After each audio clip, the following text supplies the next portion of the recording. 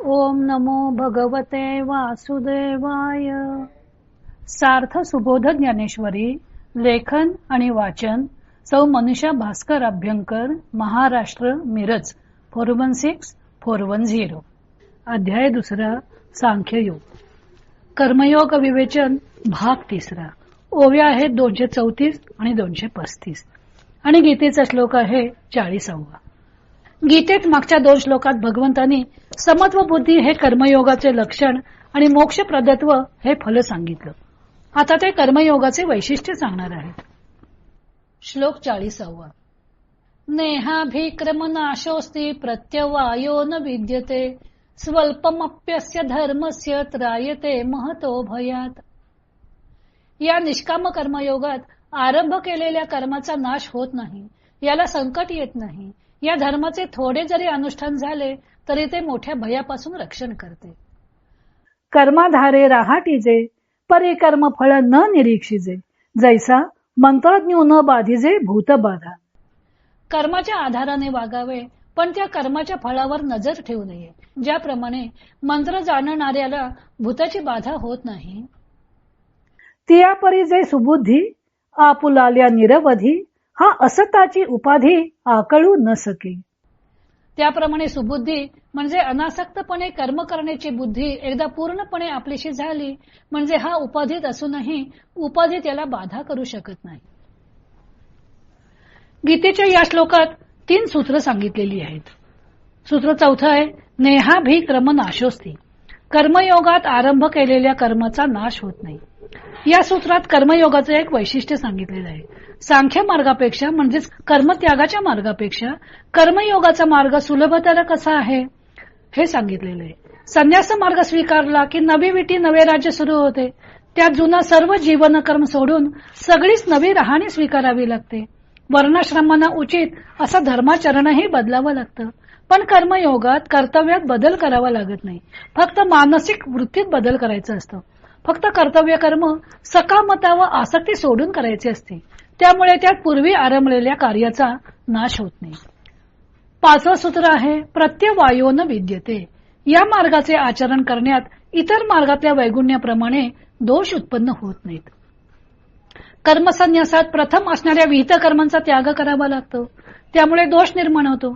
तसा विहित कर्मांचा त्याग कर्मयोगात करावा लागत नाही, त्यामुळे कर्मत्यागाचा दोष निर्माण होत नाही. त्याचप्रमाणे संन्यास कोणी कसा केव्हा घ्यावा याविषयी सुद्धा अनेक निर्बंध आहेत. ज्ञानदेवांच्या वडिलांनीच प्रथम संन्यास घेतला तेव्हा पत्नीची परवानगी नव्हती. नंतर पुन्हा गृहस्थाश्रम स्वीकारला तेव्हा समाजाची मान्यता नव्हती. परिणामी सर्वच कुटुंबाला मानहानी व प्रचंड त्रास सहन करावा लागला हे सर्वांना विदितच आहे. असे संन्यास मार्गात येणारे निर्बंध कर्मयोगात नसतात. तो कोणीही स्वीकारावा, त्यात दोषास्पद असं काहीही नाही. सूत्र 6वं येतं या श्लोकामध्ये की स्वल्पमप्यस्य धर्मस्य त्रायते महतो भयात. याचं थोडंसं आचरणही मोठ्या भयापासून रक्षण करतं. कर्मयोगात साधनामध्ये थोडा उणेपणा राहिला तरी कर्मयोगातला प्रयत्न फुकट जात नाही. संन्यास मार्ग पूर्ण साध्य झाला तरच फळ मिळतं. कर्मयोगाचं आचरण जेवढे होईल तेवढ्या आचरणाची सुद्धा पुढील मार्ग सुकर होण्यास मदत होते, कारण या मार्गात बुद्धीलाच महत्व असतं. अशा प्रकारे कर्माचे बंधन दूर करण्यासाठी जो कर्मयोग आचरायचा तो संन्यास मार्गापेक्षा सुलभ कसा आहे ते गीतेत 40व्या श्लोकात भगवंतांनी सांगितलेले आहे. या मार्गात प्रारंभ केलेल्या कार्याचा नाश होत नाही, म्हणजे कर्तव्यात बदल होत नाही. कर्तव्य तेच असतं, फक्त दृष्टी बदलायची असते. संन्यास मार्गामध्ये मात्र पहिला सगळा क्रम सोडून नवी राहणी स्वीकारावी लागते. वर्णाने ठरवून दिलेले धर्माचरण कर्मयोगात बदलावं लागत नाही. या योगात आरंभलेल्या कर्माचा नाश होत नाही, कारण या जन्मात जरी सिद्धी मिळाली नाही तरी केलेले कर्म फुकट न जाता ते पुढील जन्मात उपयोगी पडते. अशी जन्मोजन्मी साठलेली कर्मे केव्हा ना केव्हा मनुष्याला निश्रेयस मिळवून देतात, असा गीतेचा आशय आहे.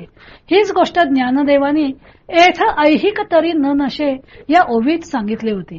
परंतु त्यांच्या टीकेचा जास्त भर बुद्धिर योगे त्विमाम शृणु या 39व्या श्लोकातील बुद्धी या शब्दावर आहे. गीतेच्या या श्लोकाचे त्यांनी फारसे स्पष्टीकरण केलेले नाही.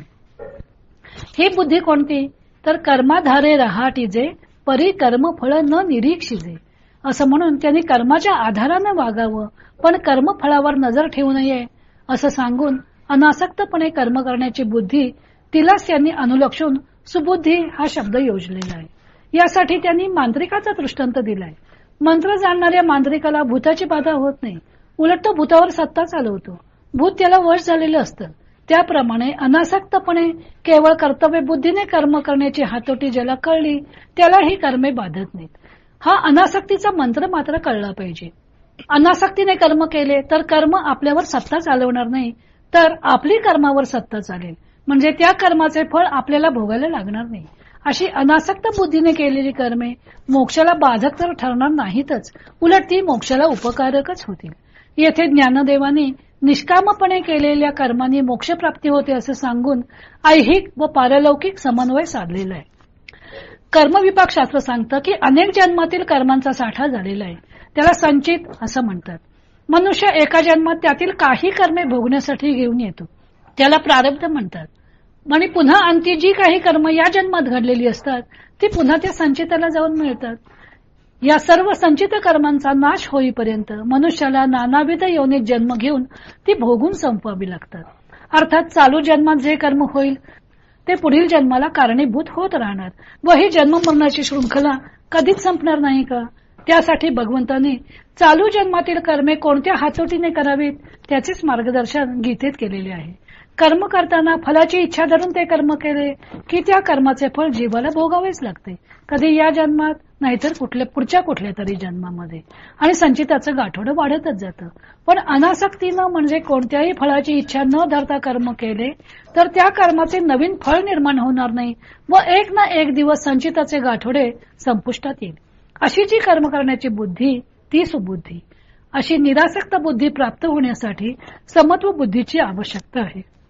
या पुढील 4 श्लोकामध्ये व्यवसायात्मिका व अव्यवसायात्मिका अशा 2 प्रकारच्या बुद्धीचं वर्णन आलेलं आहे. तो भाग आपण उद्यापासून क्रमशः पाहू.